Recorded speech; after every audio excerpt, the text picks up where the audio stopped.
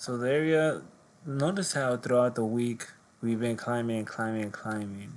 Alright, look at all that we dropped so far this month, and look how much we recovered. Okay. When this happened, what we're dropping, especially how we closed, I think it was last week, right? The market was panicking. Now what?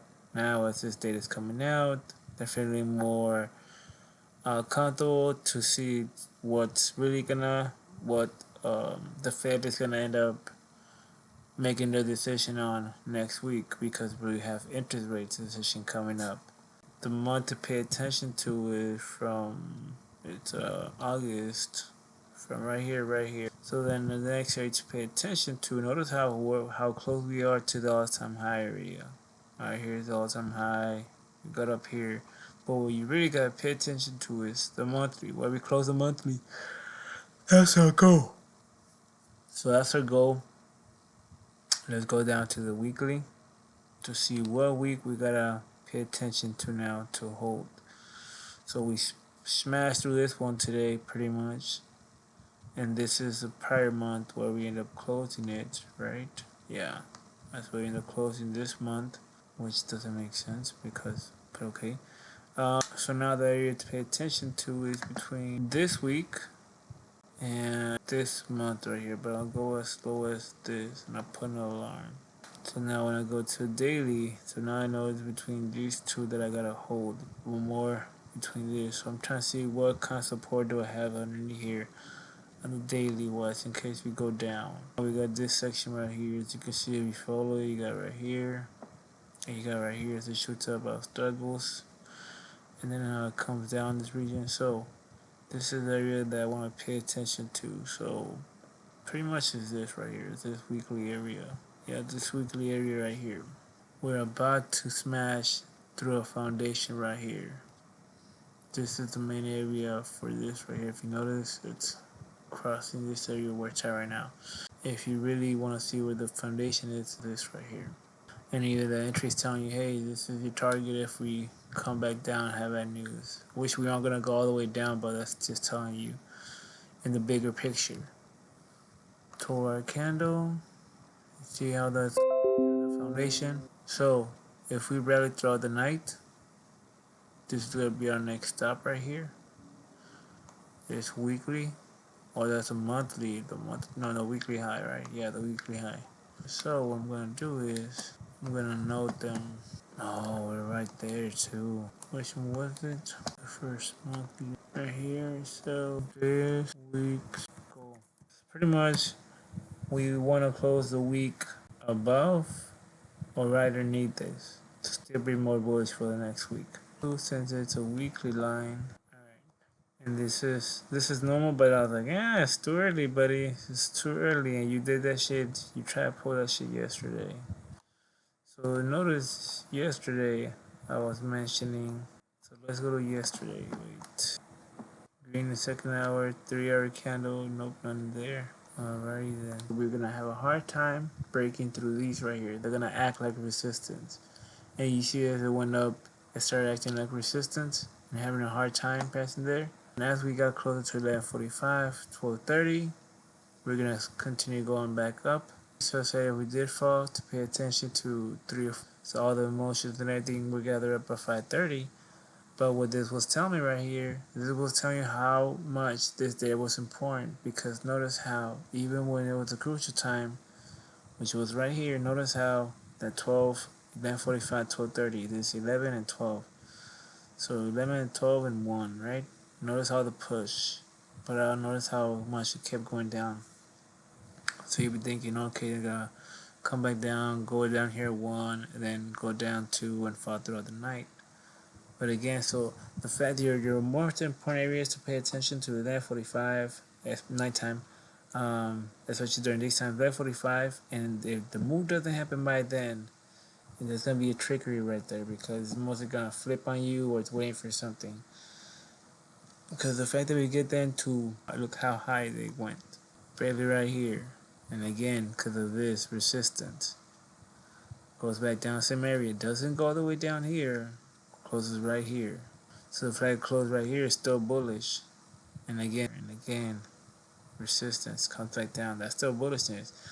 And again, the data is in a couple, like 2 more, 3 more hours after this. So everything is making the market stay there, especially because it wants to recuperate. It wants to know. It wants to know inflation. It wants to know because the data is coming out, so it's gonna maintain the momentum. If it was scared, if it was more of a, what if it, is it gonna be this, and they're scared, it would have been dropping more. It would have been more the, hey, let's hold back and wait. How much the data comes up, and you would see that fear. And there's always, every time we have some bad data, the first week or 3 days after the data comes out, you start hearing the word fear. Oh, fears. Uh, Nasdaq, SPX go down as fear of data being so and so, or as fear of the Fed, blah blah blah blah blah. And then 3 days later, the data comes up, and then you start seeing the opposite. So, anyways, and notice how we're getting closer to the data, the market starts pushing up. 3, that's why I said to pay attention when the market does drop. At 1 or 2 to pay attention, at 3 or 4 because that's when we start creating support if we end up dropping like something like this.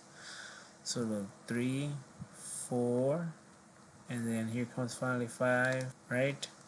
5:30, right on the dot. I bet you that shit goes down.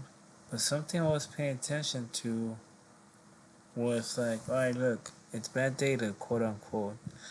But look where it stopped. It stopped inside.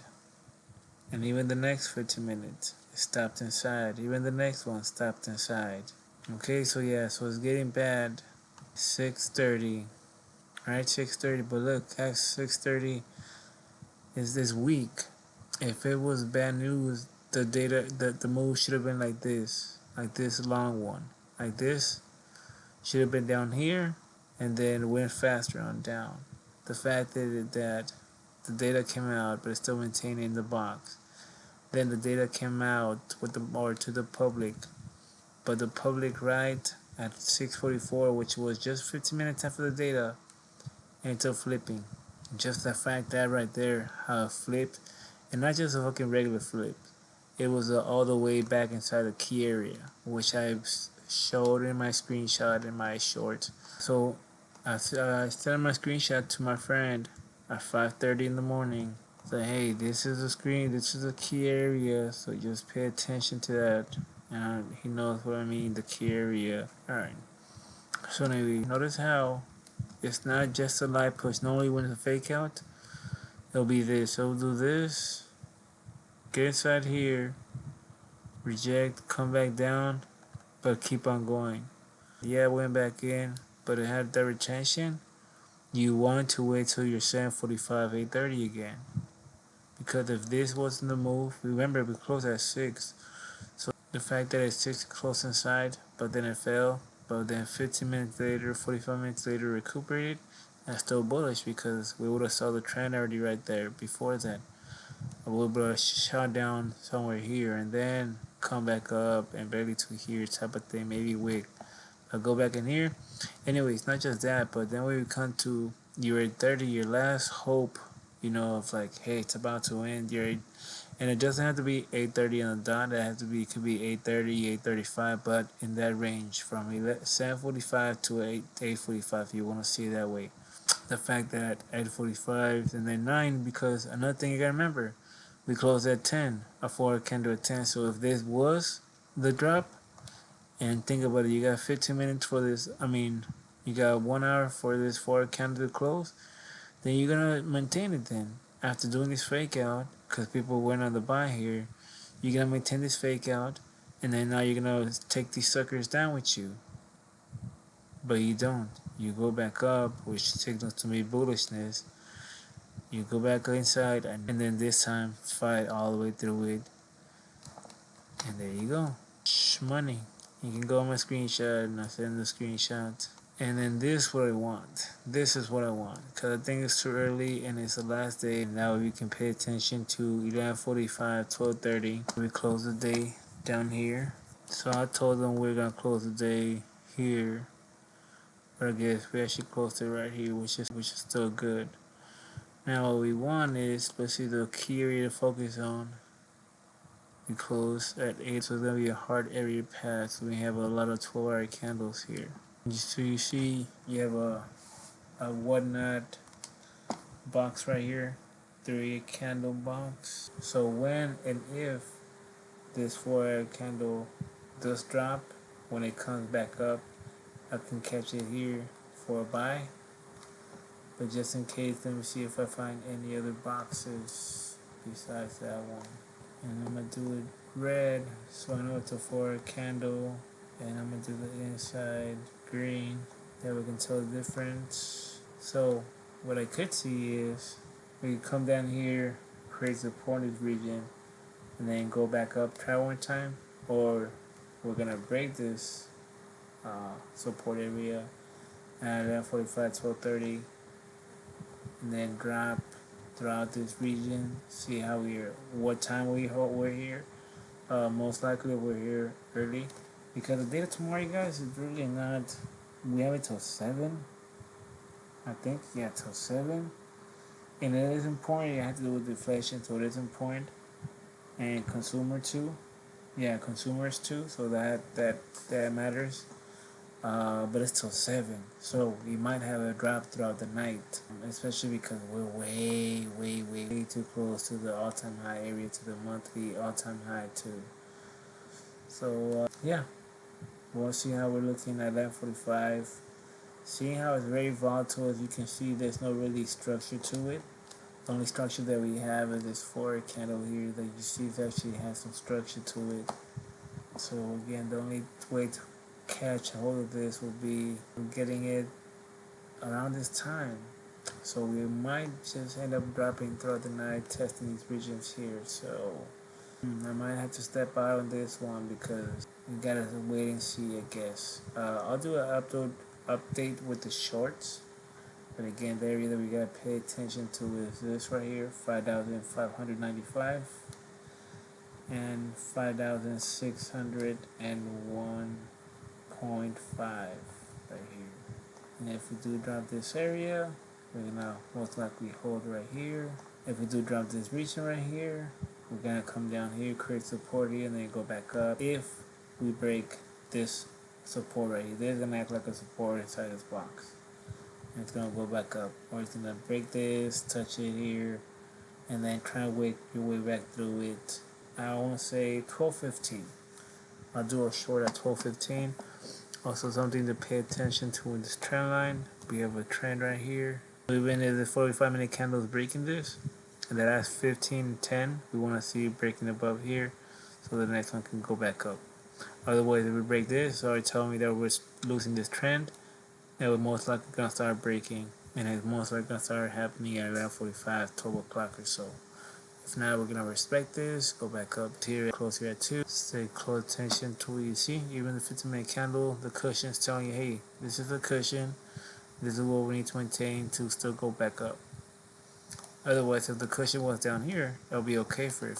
But right now, it's telling you, hey, this is what we need to maintain this bullishness. So it makes sense for this to break and then fake it and go back up here at 11:45 or 12. Until we start breaking at 45, 12, well, especially at 12, 12:15 down here still. It's gonna tell you that we're gonna be stopping. We're gonna start dropping to this region down here. And seeing how you have no data, seeing how the last day, we're probably gonna shake some people out before getting to the data tomorrow. But that all depends how we're looking at 12:15. Alright, sayonara.